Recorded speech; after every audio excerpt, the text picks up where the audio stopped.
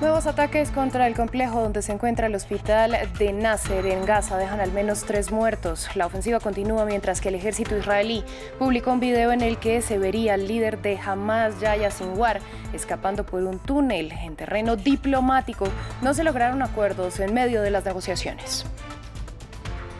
El presidente de Estados Unidos, Joe Biden, urgió a la Cámara de Representantes a aprobar el paquete de ayuda internacional que incluye $60.000 millones para Ucrania. El mandatario aseguró que fallarle a Kiev en este momento crítico no tendría perdón.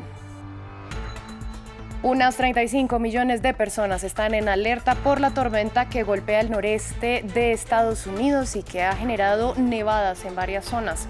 Al menos una persona murió en Pensilvania. El fenómeno ha forzado el cierre de escuelas, cancelación de vuelos y advertencia de peligro en carreteras. Buenas tardes para todos. Bienvenidos a esta emisión de Noticias en France 24. Soy Valentina Torres Sánchez. Damos inicio en la Franja de Gaza porque este martes la ofensiva israelí continuó en Han Yunis, centrada en el complejo donde se encuentra el hospital de Nasser, el principal del enclave. Los ataques ya dejan al menos 3 muertos y una decena de heridos. Hoy mismo el ejército de Israel publicó un video del 10 de octubre en el que aseguran se ve a Yahya Sinwar, uno de los líderes del grupo islamista, escapando por un túnel en territorio palestino. Los militares aseguraron que su rastreo solo terminará cuando lo capturen vivo o muerto. De otra parte, en terreno diplomático no se llegó a un acuerdo en medio de las negociaciones que se llevaron a cabo en Egipto. Esto pese a que la presión internacional se intensifica tras el anuncio israelí de una próxima ofensiva sobre Rafah. La ciudad fronteriza con Egipto es el último refugio de más de 1 millón de palestinos en la Franja de Gaza y después de una noche en la que se produjeron fuertes ataques aéreos, los gazatíes viviendo en Rafah se preguntan si deben evacuar o no, a pesar de que muchos no tienen a dónde ir. Lea Israel nos amplía. Una vez más tienen que desmantelar sus tiendas y recoger sus pertenencias. Aterrorizadas ante la perspectiva de una ofensiva terrestre israelí, estas familias palestinas ya desplazadas varias veces y que habían encontrado refugio en Rafah se preparan para mudarse de nuevo a otra parte de la Franja de Gaza. Hace 3 días en el barrio de Al-Mawasi, que se supone es una zona segura, oímos casas y tanques y el mundo entero se volvió del revés. No pudimos dormir, comer ni beber en toda la noche, ni siquiera podíamos ir al baño. Tanto los adultos como los niños defecaban delante de todos en las tiendas por miedo a salir. Les mentiría si dijera lo contrario. Hoy volvemos a huir hacia Han Yunis. Más de la mitad de los 2,3 millones de habitantes de la Franja de Gaza se hacinan en esta ciudad fronteriza con Egipto. Además de los ataques israelíes, la situación de los refugiados en Rafah se ha vuelto insostenible por las miserables condiciones de vida, con escaso acceso a agua, alimentos y suministros médicos. Pero no todo el mundo sabe a dónde huir. Si me piden que vuelva a la ciudad de Gaza, solo lo haré si es seguro. Si no, prefiero morir aquí. Ya están muriendo de hambre en el norte. Mi hijo y sus hijos no tienen nada que comer. Cocinan un puñado de arroz y lo guardan para el día siguiente. ¿Cómo puede permitirse mi hijo comprar comida? Mi nieto llora de hambre. No sé qué hacer. El secretario general de la ONU, Antonio Guterres, enfatizó que en la ciudad se encuentra el corazón de las operaciones humanitarias por ser el único paso fronterizo abierto. En otro frente derivado de la guerra, los rebeldes hutíes de Yemen reiteraron que no detendrán sus ataques contra buques en el Mar Rojo. El líder de la milicia, respaldada por Irán, defendió que frenar los bombardeos sería ser cómplice de la guerra. Al tiempo, señaló que hay barcos que no están siendo atacados porque no se dirigen hacia Israel. Esto en respuesta al ejército estadounidense, que aseguró que ha logrado proteger a unas 2.000 embarcaciones mercantes, reduciendo las acciones de los hutíes. El presidente Joe Biden se pronunció este martes pidiendo a la Cámara de Representantes que apruebe el paquete de ayuda internacional que incluye $60.000 millones para Ucrania. Según el mandatario, este es un momento crítico y habría efectos irreversibles si se frena el apoyo a Kiev. Biden pidió a los representantes que se alejen de las pretensiones de Donald Trump, que pidió no apoyar la iniciativa. Apoyar este proyecto de ley es enfrentarse a Putin. Oponerse a ello es hacerle el juego a Putin. Como he dicho antes, lo que está en juego en esta lucha se extiende mucho más allá de Ucrania. Si no detenemos el apetito de Putin por el poder y el control de Ucrania, no se limitará solo a Ucrania y los costos para Estados Unidos y nuestros aliados y socios van a aumentar.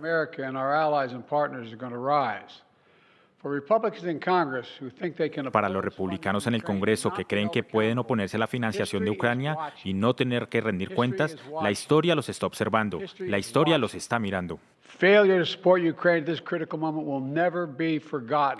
Y es que justamente a primera hora de hoy el Senado aprobó el paquete de asistencia militar a Ucrania que tiene ahora que ser votado en la Cámara de Representantes, controlada por los republicanos, que hasta ahora han rechazado examinar el texto. Por su lado, Volodymyr Zelensky acogió con satisfacción la votación tras advertir de la escasez de armas. Volodymyr Zelensky llevaba varios meses esperando este anuncio. El Senado estadounidense, liderado por los demócratas, aprobó un paquete de $60.000 millones para Ucrania, y el presidente ucraniano se apresuró a expresar su gratitud. Doy las gracias al líder de la mayoría en el Senado, Chuck Schumer, y al líder republicano Mitch McConnell por su determinación y sus opciones moralmente fuertes. Sin duda, la democracia sobrevivirá. Doy las gracias a cada uno de los 70 senadores que han votado a favor y Ucrania se lo agradece. Pero esta votación del Senado es solo el primer paso para aprobar el proyecto de ley que por el momento está condenado al fracaso. Los republicanos que tienen mayoría en la Cámara de Representantes se niegan a examinar el texto tal como está, le reprochan la falta de disposiciones conservadoras para frenar el flujo récord de migrantes que cruzan la frontera entre México y Estados Unidos. El líder demócrata en el Senado, Chuck Schumer, lanzó un llamamiento a la oposición en la Cámara.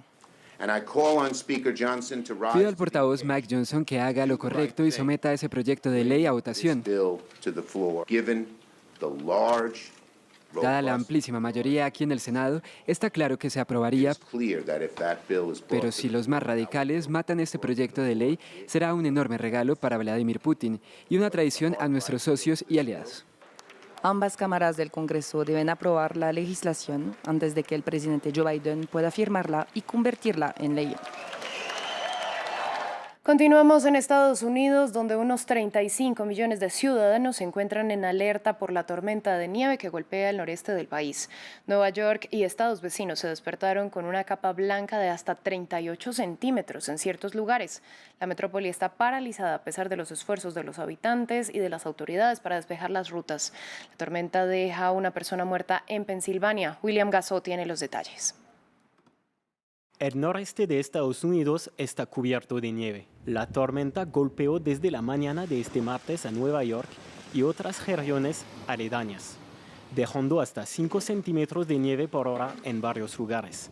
En Rhode Island, los habitantes sacaron palas para despejar el camino.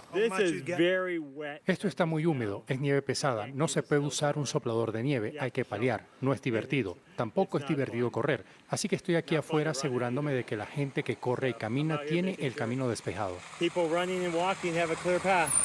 En total, casi 30 millones de personas quedaron paralizadas por la tormenta. En Nueva York, las oficinas de administración pública y las escuelas cerraron. Más de 1.200 vuelos fueron cancelados. En el estado aledaño de Pensilvania, los habitantes se despertaron con hasta 38 centímetros de nieve. Bueno, aquí en el noreste de Pensilvania anticipamos una tormenta de nieve y efectivamente la tuvimos, pero fue rápida, muy húmeda, con mucha humedad en la nieve. Así que con tanta agua en la nieve era muy pesada para las ramas de los árboles. El Servicio Climático Nacional llamó a la población a actuar con la máxima precaución. El noreste de Estados Unidos no enfrentaba un fenómeno similar desde diciembre de 2022, cuando decenas de personas murieron durante la que fue llamada como la tormenta de nieve del siglo. Hace 200 años fue reconocido oficialmente el primer dinosaurio de la historia. Fue el naturalista y teólogo inglés William Buckland quien reconoció que unos fósiles desenterrados de una cantera cerca de Oxford pertenecían a un gran reptil antiguo al que bautizó como Megalosaurus. Sin embargo, la palabra dinosaurio no se usó sino hasta la década de 1840 y con los años la ciencia avanzó enormemente al respecto, tanto que ahora conocemos detalles de cómo eran estas grandes especies, cómo vivían y cómo evolucionaron.